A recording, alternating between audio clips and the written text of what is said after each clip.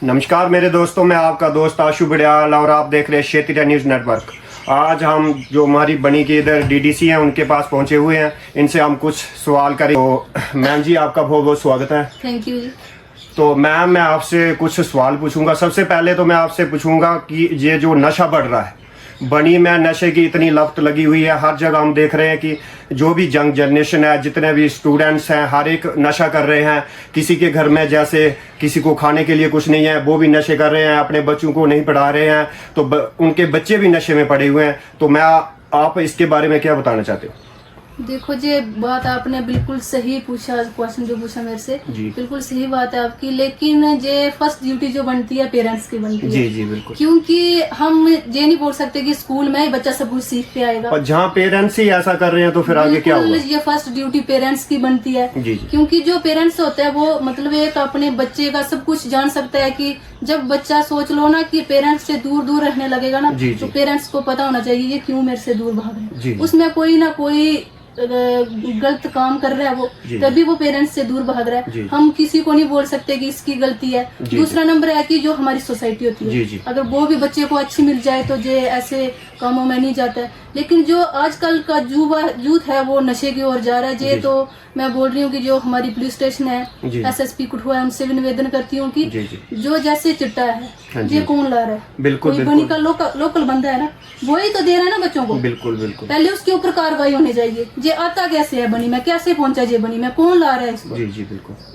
जो बच्चा आपको गलत काम या नशा करते हुए मिल जाता है, उस बच्चे से पूछिए उसने कहाँ से लाया। बिल्कुल जी। उस बच्चे से पूछिए, जिस बंदे से मिलता है पहले उसको अरेस्ट कीजिए। मुझे तो लगता है कि जो भी मेडिसिन वगैरह आगे पीछे इधर कोई ना कोई लोकल ला के दे रहा है, वो कर रहा है ना। बिल्कुल लोकल कोई बेच रहा है तभी तो मिल रहा है। तो बच्चों को बनी में कैसे आ? लेकिन हम सोच रहे हैं कि जिस बच्चे ने नशा किया उसको हम डांटेंगे, उसको मारेंगे, लेकिन उसकी भी गलती नहीं है। उसकी गलती सबसे पहले उसकी पेरेंट्स की गलती है, फिर सोसाइटी के बाद जिसने उसको नशा ला कर दिया, सबसे पहले तो उसको अरेस्ट करना चाहिए जिसने उसको दिया। बिल्कुल। लाया क्यों हमारी बनी में? वो भी तो एक बनी का नागरिक है। उसकी ड्यूटी नहीं बनती कि हमारा युवा जो है उसको अच्छे रास्ते पे ले जाए, अच्छी राह दिखाए उनको। ये थोड़ा कि गंदा काम आप बनी में करवा कर युवा को बर्बाद कर दोगे, कल की उसका भी बेटा या बेटी होगी वो तो बर्बाद हो सकती है। वो भी बर्बाद हो रहे हैं। बिल्कुल। लेकिन किसी के भी कर रहा है ना। बिल्कुल जी। तो जो भी यंग जनरेशन है, बच्चे हैं या पेरेंट्स हैं, उनके लिए क्या पैगाम छोड़ना चाहते हो, देना चाहते हो कि उनको क्या करना चाहिए? देखो, मैं जो पेरेंट्स हैं उनसे निवेदन करती हूँ कि सबसे पहले आपका जो बच्चा है आप उसको देखिए। जी जी। कि स्कूल जाता है, कितने बजे वापस आता है। जी जी। क्योंकि बच्चे की अगर आप रोज ना कोई 10 दिन भी आपकी उसकी रूटीन चेक करोगे तो आपको पता चल जाएगा कि मेरा बच्चा कौन सी दिशा की ओर जा रहा है, क्या कर रहा है, क्या नहीं कर रहा है। बिल्कुल पेरेंट्स को तो पता चल जाता है। बिल्कुल, अगर गलत कर रहा है उसको सही राह दिखाइए। आपसे गाइड नहीं हो रहा है, आप किसी की हेल्प लीजिए। जरूरी नहीं है कि मेरा बच्चा गलत काम कर रहा है तो मैं किसी को नहीं बताऊंगी क्योंकि उसमें मेरी इंसल्ट होगी। ये मैं बच्चे की सबसे बड़ी दुश्मन हूँ। बिल्कुल बिल्कुल। बच्चे को अगर आपसे गाइड नहीं हो रहा है, किसी सोसाइटी से किसी से गाइडेंस लीजिए कि मेरा बच्चा इस दिशा की ओर जा रहा है, मैं इसको कैसे समझाऊं, कैसे इसको राह पे लाऊं।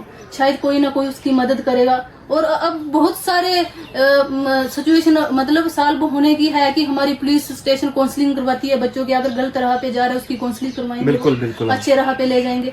लेकिन पेरेंट्स सोचते होंगे शायद हम खुद बात करेंगे तो हमें शर्म आएगी कि, लेकिन इसके ऊपर हम बच्चों के सबसे बड़े दुश्मन बन रहे हैं। बिल्कुल।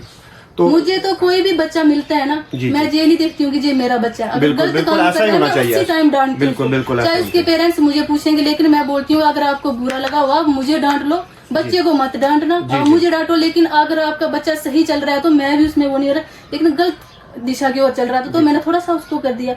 लेकिन मैं भी ये चाहूंगी कि जैसे मैं डीडीसी हूँ, जी जी, मेरा भी ये रहता है कि क्योंकि मैं खुद खेल की ओर से निकली हूँ, नेशनल मैंने लगाए हैं वॉलीबॉल के, बैडमिंटन के, तो मेरा जितना भी हर साल प्लान बनता है तो मैं स्पोर्ट्स के लिए थोड़ा ना थोड़ा पैसा रख देती हूँ। मैं हर बार जितने भी स्पोर्ट्स क्लब है उनके लिए किटें प्रोवाइड, अभी भी आई है मेरे पास कुछ किटें, उनको प्रोवाइड करवानी है और थोड़ी करवाई भी है। मैं चाहती हूँ जो हमारे स्पोर्ट्स क्लब है बनी में अच्छे से चलेंगे और जो हमारा युवा है वो खेल की ओर ज्यादा ध्यान दे, नशा की ओर ना जाए। तो शायद इससे हमारा समाज सुधर सकता है। तो अगर ये खेल की ओर जाएगा तो छोटे छोटे ही प्लेटफॉर्म होते हैं जहाँ से बच्चा ऊपर पहुँच सकता है। तो हम कोशिश करेंगे कि अभी की भी है 5-6 पंचायतों में हमने ग्राउंड बनाए हैं, आगे भी हमारी कोशिश रहेगी कि हम हर पंचायत में ग्राउंड बनाएंगे और बच्चे को एक अच्छी फील्ड मिलेगी खेलने के लिए। ये हमारा ऐसा मानना है और करेंगे भी। आपने बहुत अच्छा सोचा है। दूसरा ये हमारी बनी की एडमिनिस्ट्रेशन है, जैसे पुलिस है, तो आप इनको क्या बोलना चाहते हैं कि नशे के ऊपर इन्होंने क्या करना चाहिए, इनको कुछ अच्छा कदम उठाना चाहिए? बिल्कुल, हमारी मीटिंग पुलिस दरबार भी हुआ था थाना दिवस, तो हम गए थे। हम DSP SHO SSP से हर बार निवेदन करते रहते हैं कि पहले भी, पिछले साल भी कुछ दिन पहले इन्होंने बहुत अच्छा कदम उठाया था कि खेल, बच्चों को स्कूल में जाके खेल करवाते थे। जैसे संतोलिया ये गेम थी, हम भूल चुके थे सब लोग, लेकिन ये पुलिस की ओर से ये गेम करवाई, तो आज हर जगह आप जाओगे तो कोई ना कोई बच्चा आपको, छोटे छोटे बच्चे खेलते होंगे मिल जाएंगे, क्योंकि अच्छा लगता है कि जो हम पुरानी गेम में होती है छोटी, और इसके ऊपर कोई खर्चा भी नहीं होता है। तो हम उनसे चाहते हैं कि आप स्कूल में जाकर या कहीं पंचायत में जाकर ऐसी छोटी छोटी गेमें करवाइए कि जो छोटा छोटा बच्चा है वो मोटिवेट गेम की ओर होता रहे, तो नशे की ओर ना जाए। जी जी। तो अब मैं आपसे पूछता हूँ कि एजुकेशन हमारे जहाँ बनी में हर जगह मैं देख रहा हूँ तो एजुकेशन पीछे जा रही है। जैसे भंडार साइड जाओ, आप आगे ढग्गर साइड जाओ, इधर पीछे लवांग साइड जाओ, अब कुछ बिल्डिंगें ऐसी हैं जो टूटी हुई हैं, उनकी तरफ भी किसी ने आज तक नहीं देखा। तो हमारे जो भी जंग यूथ जितने भी हैं लोग बच्चे हैं इधर के, वो पीछे पीछे जा रहे हैं, एजुकेशन हमारी पीछे जा रही है। आप एजुकेशन के ऊपर क्या बताना चाहते हैं? देखो, जैसे आपने बिल्डिंग की बात की, बिल्कुल सही बात की। मैं आपको एक अपनी बांजल पंचायत ही बताती हूँ, लेकिन वहाँ पे जब स्कूल बने थे उन लोगों की भी ड्यूटी बनती थी कि हम अच्छी जगह प्रोवाइड करवाएं, जहाँ पे हमारा एक बिल्डिंग स्ट्रक्चर तैयार हो तो वो अब गिरे ना। तो उन्होंने बिल्डिंग स्ट्रक्चर की बात, बांजल की बात करती हूँ, तो उन्होंने ऐसी जगह सिलेक्ट किया कि टॉप पे स्कूल बना दिया। वो बिल्डिंग जैसे हम बनाते हैं तो 1 साल के अंदर ही उड़ जाती है। हाँ, तो फिर मतलब बिल्कुल तूफान चलता है, जहाँ बर्फ गिरती है तो वो बिल्डिंग डैमेज हो जाती है, तो बच्चों को बैठने के लिए अच्छा इंफ्रास्ट्रक्चर भी नहीं मिलता है। तो हमने कोशिश की है कि जो पुरानी बिल्डिंग बनी हुई है तो वो उन बिल्डिंग को रिपेयर नहीं किया जा रहा है, वो बिल्डिंग डैमेज होती जा रही है। नई बिल्डिंग कितनी बनाएंगे हम? कम से कम, जैसे मैं DDC हूँ, 1 ही रूम बना पाऊंगी, क्योंकि जितना हमारे पास फंड्स आते हैं 1 ही रूम बनाऊंगी। 1 रूम से बच्चे की रिक्वायरमेंट पूरी नहीं होगी, क्योंकि बच्चे बढ़ते जा रहे हैं। तो हम चाहते हैं सरकार से कि जो पुरानी बिल्डिंग है उनको रिपेयर किया जाए, क्योंकि बिल्डिंग अच्छी बनी है, उनको रिपेयर किया जाए। अगर कोई लगता है कि डिसमेंटल करने के लायक है तो उसको डिसमेंटल करके न्यू बिल्डिंग बनाई जाए। एक बच्चे के लिए अच्छा इंफ्रास्ट्रक्चर मिल जाएगा तो पढ़ने का एनवायरनमेंट खुद ही बन जाएगा। तो रही पढ़ाई की बात, जो टीचर है वो तो बहुत कम है, हर जगह पोस्टें वैकेंट है। जैसे स्कूल्स है ना, कई स्कूल्स हैं तो वहाँ स्टाफ नहीं है, एक टीचर जो है वो 5-5 क्लासों को चला रहा है, तो इसके बारे में बिल्कुल देखो, हम सरकार से भी निवेदन करते हैं कि मैक्सिमम जो पहाड़ी क्षेत्र स्कूल है वहाँ पे आप स्टाफ भेजिए। हर टीचर जो होगा वो रोड साइड या कहीं पे भी वो जाने की कोशिश करेगा, लेकिन हम चाहते हैं कि जो रोड साइड जहाँ शहर में बच्चा रहता है उसको कहीं ना कहीं और भी फैसिलिटी मिल जाएगी। लेकिन जो दूर दराज पंचायतें हैं, दूर दराज स्कूल है, वहाँ पे लोगों को फैसिलिटी नहीं मिलती। वहाँ पे अच्छा टीचर मिल जाए तो वो बच्चे भी अच्छे से पढ़ सकते हैं। बिल्कुल बिल्कुल सही।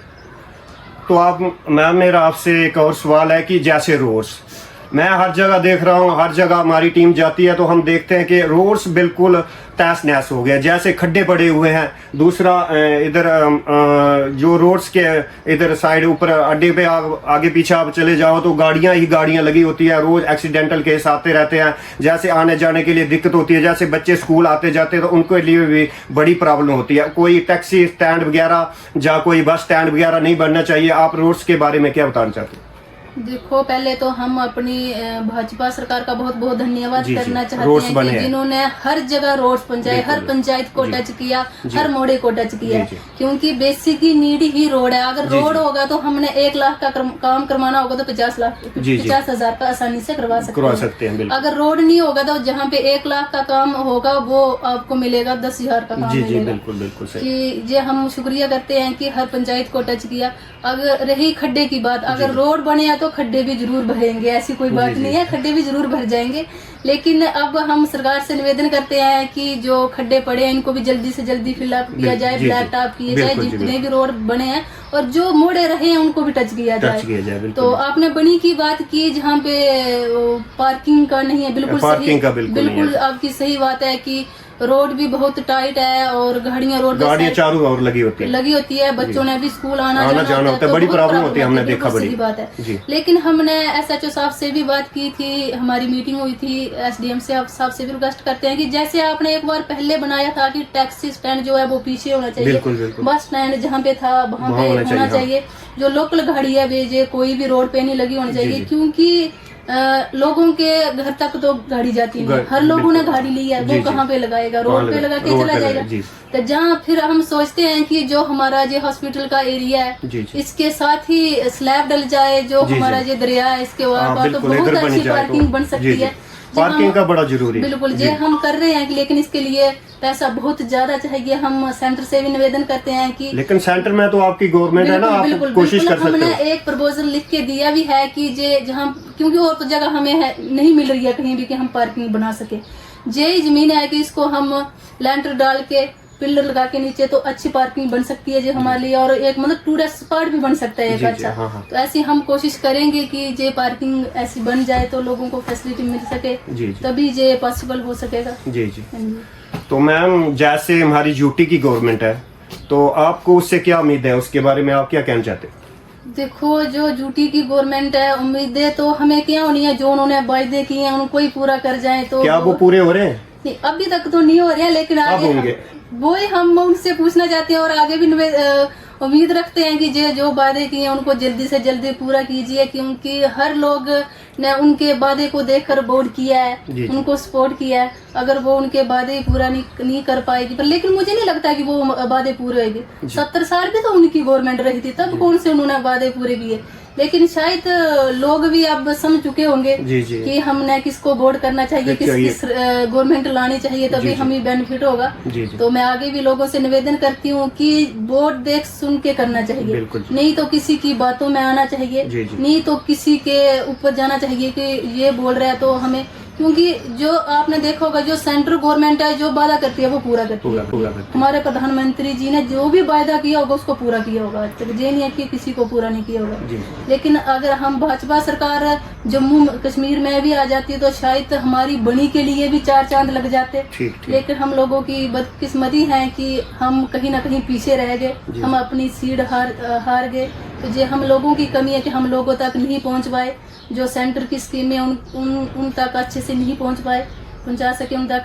लेकिन आगे कोशिश करेंगे कि लोगों को अवेयर करेंगे और लोगों को जागरूक करेंगे कि सही जगह वोट दो। जो हमारा देश का नाम ऊंचा कर रही है जो सरकार, जो हमारा देश को ऊपर बढ़ाने की बात कर रही है और जो रोशनियों की बुलंद पे छूने की कोशिश कर रही है, उस सरकार को वोट करना चाहिए।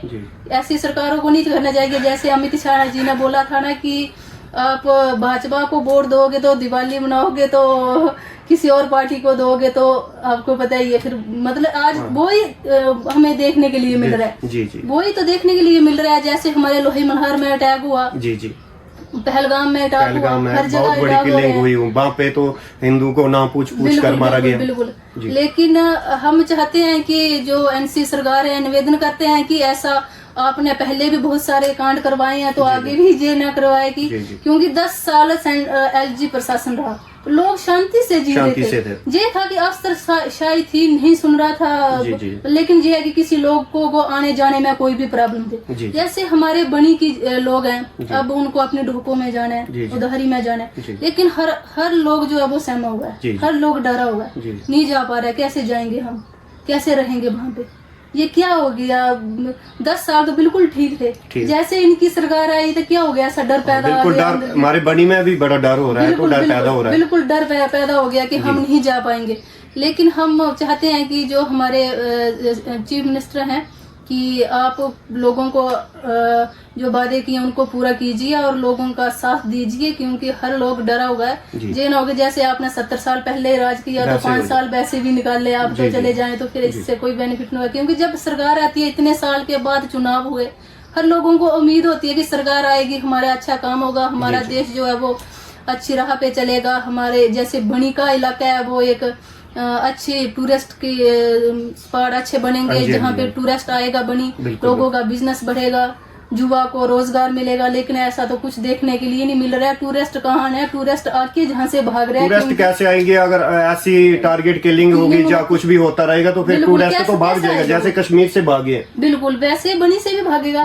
बनी में भी जैसे एक दो जो हुए मारे गए, तो बनी में कहाँ आएगा टूरिस्ट, जहाँ से भी भागेगा। चाहे हम जितनी मर्जी डेवलपमेंट करवाते रहे, डेवलपमेंट थोड़ा देखेगा वो। जहाँ पे उसको शांति मिलेगी, जहाँ पे उसको लगेगा कि मेरी जो जिंदगी है ये सुरक्षित है इस जगह, तो वो वहाँ पे ही जाएगा टूरिस्ट। जी बिल्कुल। ये थोड़ा वो मरने के लिए थोड़ा जाएगा। बिल्कुल जी बिल्कुल। तो हम निवेदन करते हैं सरकार से कि इस तरह के काम ना करवाएं, अच्छा देश को अच्छी राह पे ले जाएं। जी।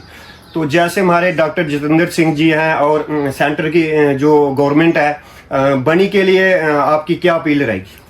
देखो, जो सेंटर की गवर्नमेंट है और हमारे एमपी हैं डॉक्टर जितेंद्र सिंह जी, हम उनसे निवेदन करते हैं और हमने उनको लेटर लिख के भी दिया है कि जो हमारे टूरिस्ट स्पॉट हैं अच्छे इनको डेवलप किया जाए पहले। फिर उसके बाद जो हमारा जितना भी वो एरिया है वो जो बिना रोड के रह गया, उन एरिया को रोड से कनेक्टिविटी किया जाए, क्योंकि एक बेसिक नीडी लोगों की रोड है। रोड होगा तो डेवलपमेंट ऑटोमेटिकली हो जाएगी। क्योंकि ऐसी कोई बात नहीं है, जैसे आपने सुना कि जब से भाजपा सरकार आई है तब से पंचायतों को भी स्ट्रांग किया गया है। पहले तो आपको पता है सरपंच होते थे, उनको इतनी फंडिंग नहीं होती थी। जब भाजपा सरकार सेंटर में आई, उसने सबसे पहले पंचायतों को स्ट्रांग किया, उसके बाद बीडीसी डीडीसी बनाए। ये तो पहले डीडीसी होते नहीं थे, ये पैसा कहाँ जाता था? इन सरकारों से पूछते हैं हम कि ये पैसा कहाँ जाता था? इधर म्युनिसिपैलिटी का कुछ होना चाहिए। बिल्कुल आपने सही बात की, होना तो चाहिए, लेकिन इसमें ये है कि एक बनी का छोटा सा टाउन है। जी। तो जहाँ पे बंडहार के भी लोग रहते होंगे, बांजल के भी रहते होंगे, डंडी बूटू से भी रहते होंगे, ढग्गर से भी रहते होंगे। तो जो मैक्सिमम बनी का लोग वोटर है वो मैक्सिमम पहाड़ों पे रहते हैं। जी। तो अगर म्युनिसिपल कमेटी आनी चाहिए, क्योंकि बनी एक ऐसे भी बहुत छोटी छोटी गलियां, इनको मतलब अच्छी पैसा मिल जाता है, लेकिन अगर म्युनिसिपल कमेटी आ भी जाएगी तो मुझे ऐसे लगता है कि जो गांव के लोग हैं वो छूट जाएंगे, जहाँ फिर पंचायत जो है वो एक बनी की लग से बननी चाहिए। और जैसे किसी प्रकार का कोई भी कुछ सिस्टम बनाना चाहिए ना। बिल्कुल, जैसे हम देख रहे हैं, आज आप भी देख रहे हो कि हर जगह गंद पड़ा होता है। हमारे लोग वहीं से उठा के वहीं फेंक रहे हैं, तो इसके लिए तो कुछ ना कुछ होना चाहिए ना। बिल्कुल। ये हमारे बीडीओ साहब ने कुछ दिन चलाई थी मुहिम की, ये गाड़ी भी लगाई थी। लेकिन पता नहीं कहीं वो फेल हो गई, जहाँ क्या हुआ कि उसको नहीं चला पाए। तो मैं लोगों से निवेदन करती हूँ कि अगर हम बनी में रहते हैं, हमने 4-10 किराएदार भी रखे हैं, अगर हमने अपना कूड़ा फेंकना है तो 100-200 रुपए देते हुए कुछ नहीं जाता। जा कोई खुद उठा के भी ले जाए, कहीं कारण पे फेंक दे तो तब भी कोई प्रॉब्लम नहीं है। बिल्कुल। हमने वीडियो साहब से भी बोला था कि हमारी कहीं आपको हेल्प चाहिए, कहीं जरूरत चाहिए, तो हम लोगों से भी मिलेंगे कि जो हमारा, जैसे मेरा ही मोहल्ला है, हमसे निवेदन करेंगे कि कूड़ा तो हर किसी ने फेंकना है, तो एक कोई प्राइवेट ही बंदा आ जाए, उसको हम पैसे दे देंगे, वो अपनी गाड़ी में लेकर तो कहीं दूर फेंक आए। तो ऐसे जैसे हम जाएंगे सब जाएंगे, तो एक जगह फेंक के आएंगे तो फिर उधर पड़ेगी फिर ना, वो तो बड़ी बीमारियां उससे तैयार होंगी। बिल्कुल। ये तो आपने देखा 1-2 साल के अंदर बड़ी में पोल्यूशन पैदा हो रहा है। पहले तो इतनी गर्मी नहीं होती, बिल्कुल नहीं होती, लेकिन अब जैसे गर्मी नहीं हो रही है ना। बिल्कुल, जैसे गर्मी आएंगी तो ऐसे बनी में भी लगता है कि अब एसी की जरूरत पड़ने वाली है। सही बात है, आप सही बोल रहे हैं। तो दूसरा मैम, मेरे आपसे लास्ट सवाल है कि जैसे शायद कुछ टाइम के बाद, कुछ मंथ्स के बाद इलेक्शंस भी आने वाले हैं, तो आपको क्या उम्मीद है कि बनी से दोबारा फिर बीजेपी की जो सीट है डीडीसी की वो निकल पाएगी? बिल्कुल निकल पाएगी। क्यों नहीं निकल पाएगी? बताओ थोड़ा। देखो, डीडीसी की बात करूं तो मैं अपना ही टेन्योर लेकर चलती हूं, क्योंकि अभी पीछे जैसे असेंबली लगी थी, बहुत सारे एमएलए बोल रहे थे कि हम भाजपा से पूछना चाहते हैं आपने 10 साल में क्या किया। उनको मैं ही अपने 5 साल के टेन्योर में बताती हूँ कि मैंने क्या थोड़ा बताओ आप। देखो, जैसे मैं बताती हूँ आपको कि मेरी ऐसी कोई पंचायत नहीं है जहाँ पे मैंने कोई ना कोई बिल्डिंग तैयार की होगी। हर पंचायत में हमने कोई ना कोई बिल्डिंग तैयार की है, चाहे वो सीएफसी होगी, चाहे वो स्कूल की बिल्डिंग होगी, चाहे कोई भी और बिल्डिंग होगी। हमने हर पंचायत में कोई ना कोई बिल्डिंग तैयार की है, हर पंचायत में कोई ना कोई प्ले ग्राउंड तैयार किया है। तो मतलब ऐसे बहुत सारे काम है। जैसे मैं अपने फंड से एक एम्बुलेंस प्रोवाइड करवाई थी हॉस्पिटल के लिए। बहुत अच्छा। एक हमने मीटिंग हॉल बनवाया था जेडीओ ऑफिस के लिए। तो एक हमने जोड़े माता बिल्डिंग बनवाई थी। एक हमने बांजल में बिल्डिंग बनवाई है, एक हमने स्कूल की बिल्डिंग बनवाई है हल में। जी जी। ऐसे बहुत सारे काम किए हैं हमने। ऐसी कोई बात नहीं है कि क्योंकि अगर सेंट्रल गवर्नमेंट फंडिंग कर रही है तो बंदे को काम करना चाहिए, लेकिन काम करने का अपना अपना जरिया होता है कि कैसे काम करना है। लेकिन मेरी टेन्योर में ऐसी कोई पंचायत नहीं छूटी है कि जहाँ पे हमने काम नहीं किया है। जहाँ जितना हमसे होता था हमने किया है, और जितना हमें लगता था कि इस डिपार्टमेंट से हमें उम्मीद है उनसे भी हमने पैसा लिया और अपनी पंचायत में लगाने की कोशिश की है। ऐसी कोई बात नहीं है कि हम डीडीसी की सीट पूरे उससे जीतेंगे। और मुझे उम्मीद है कि लोगों को भी जो काम उन्होंने हमें बताए थे, कि मेरा ये नहीं है कि कुछ लीडर होते हैं ना कि क्यों बड़े सारे लोग मेरे पास आते हैं। मैं आपको एक बात बताती हूँ, एक बात नहीं, जैसे लोगों को भी बाद में सोचते हैं, बाद में समझते हैं, उनको पहले सोचना और समझना चाहिए कि हमने क्या सही करना है और क्या गलत करना है। बिल्कुल बिल्कुल। मैं आपको एक बात बताने लगी, कुछ लेडीज आई मेरे पास, मैं नाम नहीं लूंगी। जी जी। वो आई, उन्होंने साइन करवाए मेरे से। जी जी। ठीक है, तो वो मैं मुझे बोलने लगी, मैडम जी और चाय पानी। मैं कोई बात नहीं, मैं आपको पिलाती हूँ। मैंने सोचा इन्होंने चाय पानी पीना है तो मैंने, और भी बंदे आए थे मेरे पास, मैंने उनके साइन किए, तो मैंने उनको पानी पिलाया। नहीं, हमने पानी नहीं पीना है, चाय बनाती नहीं। चाय वो खुद बोल रहे हैं चाय पानी, तो फिर बोलते कि नहीं आपका चाय पानी कितना होगा। मुझे ऐसे मतलब सुन के मैं रहन परेशान हो गई। जैसे आपके लिए बोल रहे थे कि आपको कितना चाहिए चाय पानी। अच्छा। क्योंकि शायद उनको भी लगता होगा, आगे पीछे कहीं भी देते होंगे, वो तभी बोल रहे थे, कोई खाते होंगे, लेते होंगे उनसे। मैं वही बात बोलने लगी आपको। तो मैंने बोला ये साइन किसने किए? बोलते जी हमारे सरपंच ने किया। माँ इसने आपसे चाय पानी लिए? हाँ 50 रुपए लिए। मैं रोहन परेशान हो गई, साइन करने के 50 रुपए, सरपंच को भी लानत है। तो ये तो बड़ी शर्म की बात है। एक सरपंच 50 रुपए साइन करने के ले रहा है। हाँ। तो बेचारे और जो गरीब लोग हैं उनका क्या हाल होगा? कैसे काम करेगा? मैं वो रहन परेशान होगी। मैंने बोला नहीं बहन जी, आप एक बार छोड़ के 10 बार मेरे से साइन करवाओ, लेकिन मेरा ये नहीं है कि मैं किसी से पैसे लूं। मैं ये है कि मेरे साइन से किसी का काम नहीं रुकना चाहिए, मेरे साइन से किसी की जिंदगी बर्बाद नहीं होनी चाहिए। किसी को ये ना लगे कि मैडम ने साइन, मैंने तो नहीं आज तक किसी को पूछा कि आपने मुझे बोर्ड किया या नहीं किया। कुछ लड़के आए मेरे पास इलेक्शन टाइम, जब इलेक्शन हुई तो उनका नीचे भर्ती रही चल रही थी अग्निवीर की, वो साइन करवाने आए तो 5-6 लड़के बाहर खड़े थे, वो अंदर नहीं आ रहे थे। आप अंदर क्यों नहीं आ रहे हो? बोलते मैडम हमने साइन करवाने है, लेकिन हमने आपके एमएलए को बोर्ड नहीं किया। मैंने बोला भाई साहब कोई बात नहीं, वो आपकी थिंकिंग थी, आपने नहीं किया। इसमें बोर्ड का और उसका कोई चक्कर थोड़ी है। मैं डीडीसी हूँ, मेरी ड्यूटी बनती है, आपकी भर्ती है। जैसे पब्लिक ने किसी को इलेक्ट किया है, ठीक है, तो उसका फर्ज बनता है ना। अगर किसी ने बोर्ड दिया नहीं दिया वो तो बात की बात। बिल्कुल। लेकिन उनकी बात मुझे बड़ी अच्छी लगी कि नहीं मैडम जी, हम जब किसी के पास जाते हैं तो वो हमारे साइन नहीं करते। हमने किसी, मैंने बोला नहीं भाई साहब आप अंदर आइए, मैं आपके साइन करूंगी, और आपका फ्यूचर की बात है। ये थोड़ी है कि आपने बोर्ड नहीं किया, मैं साइन नहीं करूंगी तो आपका फ्यूचर बर्बाद हो जाएगा। बोर्ड की तो कोई बात नहीं है। कोई बात नहीं है। तो मैं ऐसा नहीं करती कि इसने मुझे बोर्ड दिया है या नहीं दिया, वो खुद मुझे आगे से बता रहा था। लेकिन मैंने बोला नहीं, आप ऐसे अपने माइंड में सोच के मत चलना, और भी आपका कोई काम होगा आप मुझे बताना, मैं पूरी कोशिश करूंगी। जहाँ पे मेरी आपको हेल्प की जरूरत पड़ेगी तो मैं आपकी हेल्प भी करूंगी। आपकी फ्यूचर की बात है जी। तो ऐसी कोई बात नहीं है कि क्योंकि लोगों को एक उम्मीद बनाकर अपना बोर्ड देते हैं, तो उसको मतलब अच्छी जगह पे बोर्ड देना चाहिए जहाँ पे उन वोटों की कीमत हो। और बोर्ड भी उसको करना चाहिए कि उन लोगों को भी सोचना चाहिए कि हमें इस कैंडिडेट को हम अगर इलेक्टेड करेंगे भी, जिता भी देंगे, तो ये कहीं ना कहीं से कुछ लाभ भी पाएगा, इसके पीछे भी कुछ काम भी कर सकेगा। एक तो होता है ना इंसान को देखकर वोट दे दिया, ज्यादा बोलता है इंसान को देख के थोड़ी होता है। देखो किसी की शक्ल देख के, किसी की हाँ जी बहुत अच्छा बोलता है इसको वोट करो, लेकिन बोलने से थोड़ी होता है, काम करने से होता है ना। पीछे कौन काम कर रहा है, पैसा कहाँ से लाना है, पैसा लाएगा वो भी देखो, सेंटर तक देखना चाहिए, आगे पीछे हर जगह देखनी चाहिए, है ना। वो देखना चाहिए जो सरकार अच्छा काम कर रही है उस सरकार को ही वोट करना चाहिए, चाहे वो कैंडिडेट काम नहीं भी करेगा ना। अगर मैंने किसी कैंडिडेट को वोट किया ना, वो काम नहीं करेगा, मैं उसकी सरकार को भी पकड़ सकते हो कि हमने आपके कैंडिडेट को जिता कर भेजा है, आपका कैंडिडेट काम नहीं कर रहा है तो आप करो उसकी जगह काम। बाद में सोचने से पहले ही सोचना चाहिए ना। बिल्कुल बिल्कुल बिल्कुल।